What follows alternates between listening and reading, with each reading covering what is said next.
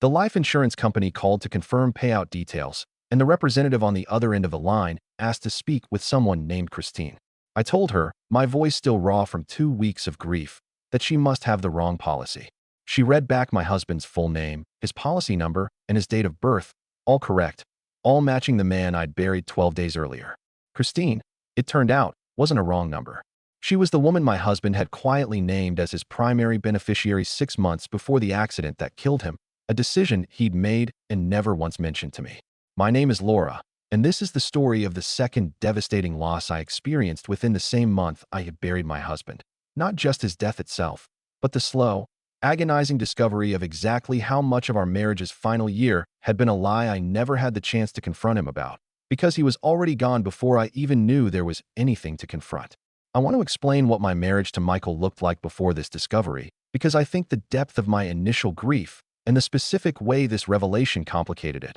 only makes sense in that context. Michael and I had been married for 16 years, built a genuinely full life together. 2 teenage children, Jake and Sophie. A comfortable home we'd spent years renovating together. A marriage that, while certainly not without its ordinary challenges, I believed, right up until that phone call, was fundamentally solid and honest. I remember, specifically, our 16th anniversary dinner, just 4 months before the accident. Michael raising a toast to what he called the best decision I ever made, referring to our marriage, a toast that felt, at the time, like genuine, uncomplicated affection rather than anything approaching the performance it now sometimes feels like in retrospect. Knowing what I eventually learned about the parallel relationship he was apparently maintaining during that exact same period. Michael died in a single-vehicle accident on a rain-slicked highway during a business trip, a sudden, devastating loss that left our entire family reeling. I want to describe the specific texture of those first 2 weeks, the numb, exhausting rhythm of funeral arrangements, of receiving friends and family, of trying to explain to 2 grieving teenagers why their father wasn't coming home, all while barely managing to process my own overwhelming grief. I wasn't thinking about life insurance, financial logistics, or any of the practical administrative matters that inevitably follow a death. I was simply trying to survive each individual day, trying to help my children survive it too. The phone call from the insurance company came on an otherwise unremarkable Tuesday afternoon, roughly 2 weeks after the funeral, while I was sitting at our kitchen table attempting to sort through a pile of sympathy cards I hadn't yet had the emotional capacity to properly read. The representative, a professionally courteous woman whose name I don't remember, asked to speak with Christine Marlowe regarding the policy payout. I want to describe the specific, disorienting confusion of that opening request, genuinely believing, for the first several seconds, that I was simply dealing with some kind of administrative mix-up. I'm sorry, I think you might have the wrong number. This is Laura Whitfield. My husband, Michael Whitfield, held a policy with your company, but I don't know anyone named Christine. The representative, after a brief pause to verify details on her end, confirmed the policy number, Michael's full name, his date of birth, everything matching precisely. I'm showing Christine Marlowe listed as the primary beneficiary, updated approximately 6 months ago. Are you perhaps a secondary beneficiary on this policy? I want to try to describe the specific, vertiginous shock of that moment, sitting in my own kitchen, surrounded by sympathy cards from people who loved and mourned my husband alongside me, learning that he had, 6 months before his death, quietly redirected the $600,000 life insurance policy I'd always understood was meant to protect our children's future, toward a woman I had never once heard mentioned in 16 years of marriage. I asked the representative to hold any further processing while I gathered additional information, hanging up the phone with hands shaking so badly I could barely set it down on the table. I sat in that kitchen for what felt like a very long time, trying to process this information alongside grief I hadn't even begun to properly work through, my mind cycling through increasingly disturbing possibilities about who this Christine Marlowe might actually be and what her relationship to my husband had actually involved. I want to describe the following days, an exhausting, disorienting process of trying to understand this devastating new information while simultaneously still managing the practical and emotional demands of grieving my husband's sudden death alongside my 2 teenage children, neither of whom I felt prepared to burden with this additional, deeply unsettling discovery until I understood more about what it actually meant. I hired a private investigator roughly a week after that initial phone call, a decision that felt genuinely surreal given everything else I was simultaneously navigating, but one that felt necessary given how completely blindsided I was by this revelation and how much I needed to understand the actual scope of what Michael had apparently been hiding from me. The investigator, a methodical, compassionate man named Detective Ramos who had transitioned into private investigation after years in law enforcement, spent nearly 3 weeks compiling information about Christine Marlowe and her connection to Michael, delivering findings that painted a considerably more devastating picture than I'd initially braced myself for. Christine, it turned out, was a woman Michael had met roughly 14 months before his death, during one of his frequent business trips to a city where his company maintained a satellite office. According to the timeline Detective Ramos was able to reconstruct through a combination of financial records, hotel documentation, and communication patterns visible through phone records, Michael had maintained an ongoing relationship with Christine throughout the final 14 months of his life, a relationship that had apparently evolved from what began as an affair into something Michael seemed to be treating, based on the specific financial arrangements Detective Ramos uncovered, as a considerably more serious, ongoing commitment. I want to describe sitting across from Detective Ramos in his small, unremarkable office, listening to him walk me through the specific timeline he'd reconstructed, each new detail landing like another small, devastating blow. He showed me hotel records from cities I remembered Michael traveling to for legitimate business purposes,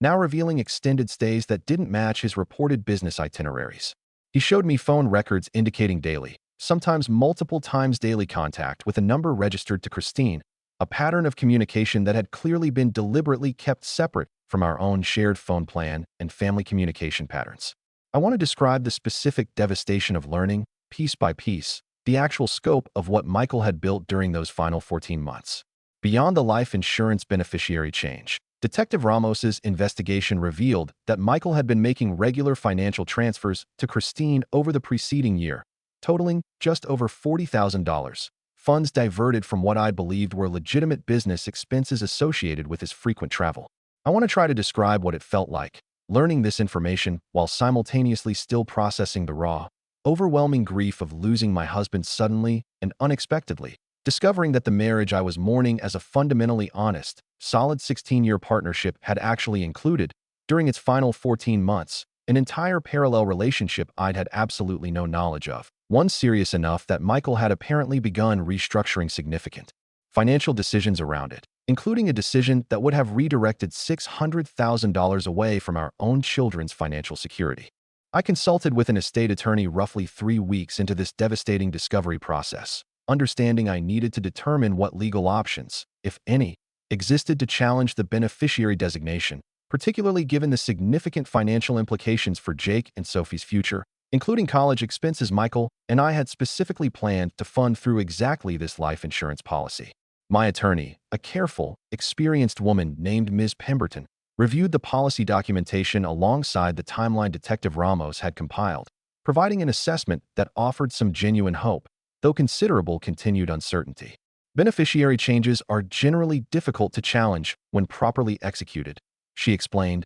during our initial consultation. However, there are specific circumstances that can support a legal challenge: evidence of fraud, undue influence, or, in some jurisdictions, evidence that the change violated existing marital or family obligations established through prior legal agreements. I want to review your original policy documentation and any relevant marital agreements before providing a more definitive assessment of your actual legal options here.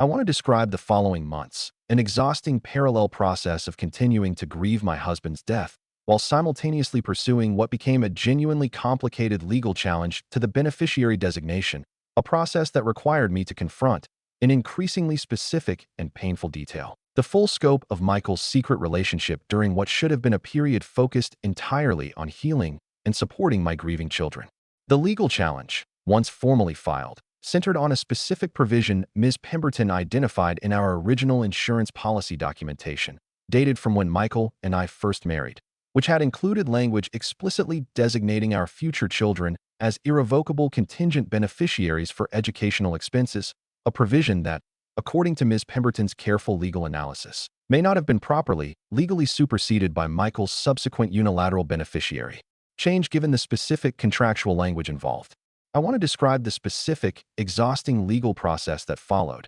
involving extensive documentation review, depositions, and, eventually, formal mediation with Christine's own legal representation, a process that required me to sit across a conference table from the woman who had been involved with my husband during the final 14 months of his life, navigating a legal negotiation about money while simultaneously processing the deeper, more painful reality of what her presence in Michael's life had actually meant for our marriage's final months. I want to describe that mediation session directly because it remains one of the most surreal, emotionally complicated experiences of my entire life. Christine, when I finally saw her in person for the first time, appeared genuinely, visibly distressed throughout the proceedings, and during a brief recess, she approached me directly, asking if we might speak privately for a few minutes, a request my attorney cautioned me against, but that I ultimately decided to accept, needing, I think, some form of direct understanding beyond what the legal documentation alone could provide. I need you to know, Christine told me,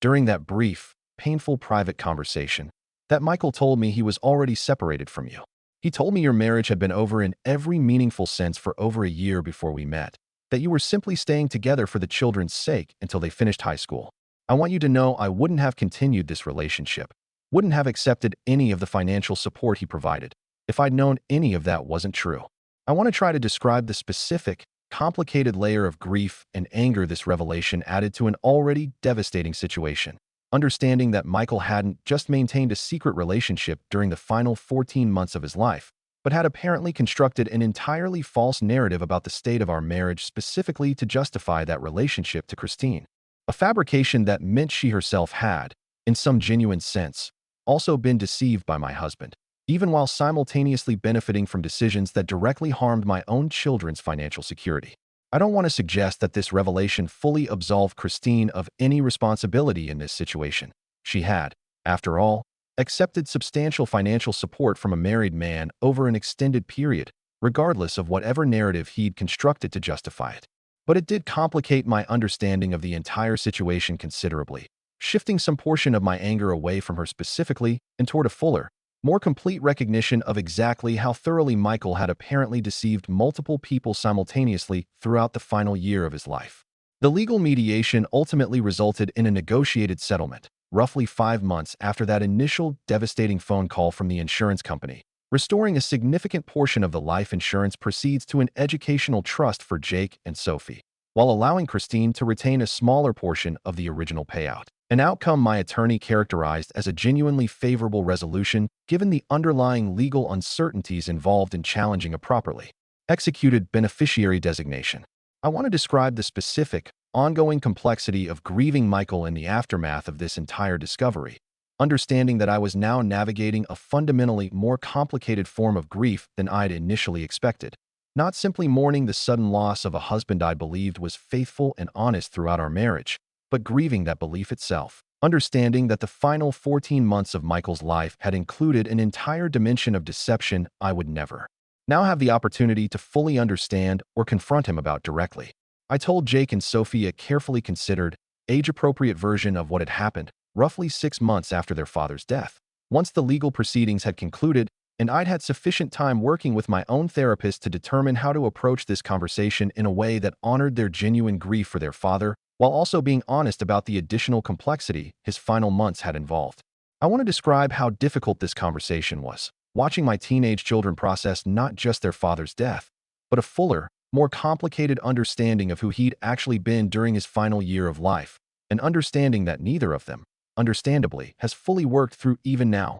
well over a year later. I told Jake and Sophie a carefully considered, age-appropriate version of what had happened, roughly 6 months after their father's death. Once the legal proceedings had concluded, and I'd had sufficient time working with my own therapist to determine how to approach this conversation in a way that honored their genuine grief for their father, while also being honest about the additional complexity his final months had involved. I want to describe how difficult this conversation was, watching my teenage children process not just their father's death, but a fuller, more complicated understanding of who he'd actually been during his final year of life, an understanding that neither of them, understandably, has fully worked through even now, well over a year later. Sophie, in particular, struggled with a specific, painful question that I still don't have a fully satisfying answer for, even now, whether the father who'd attended her volleyball games and helped her with homework during those final 14 months had been genuinely present with her, or whether some part of him had always been elsewhere, distracted by the parallel life he was simultaneously building.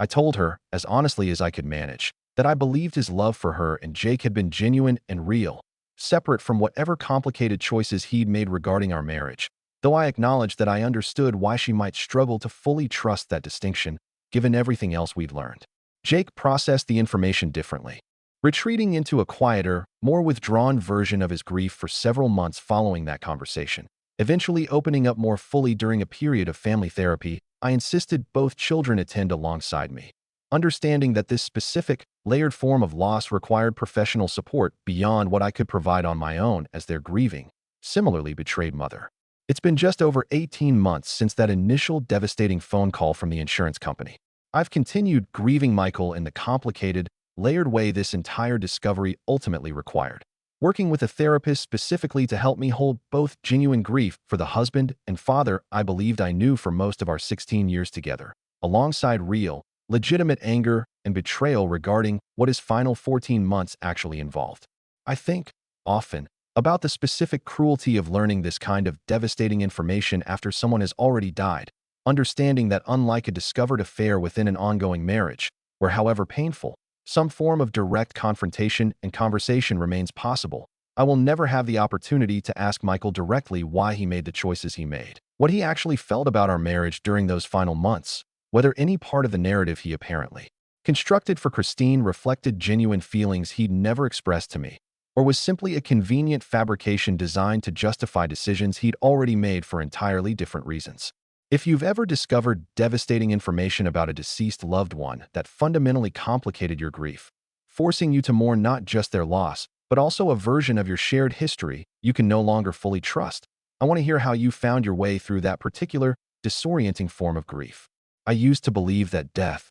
however devastating, at least preserved the integrity of the relationship and shared history that preceded it. I've learned, in the most painful way possible, that sometimes death arrives before the truth does, leaving you to grieve someone while simultaneously discovering that significant portions of what you believed about your life together weren't actually true, with no opportunity remaining to ever fully understand why.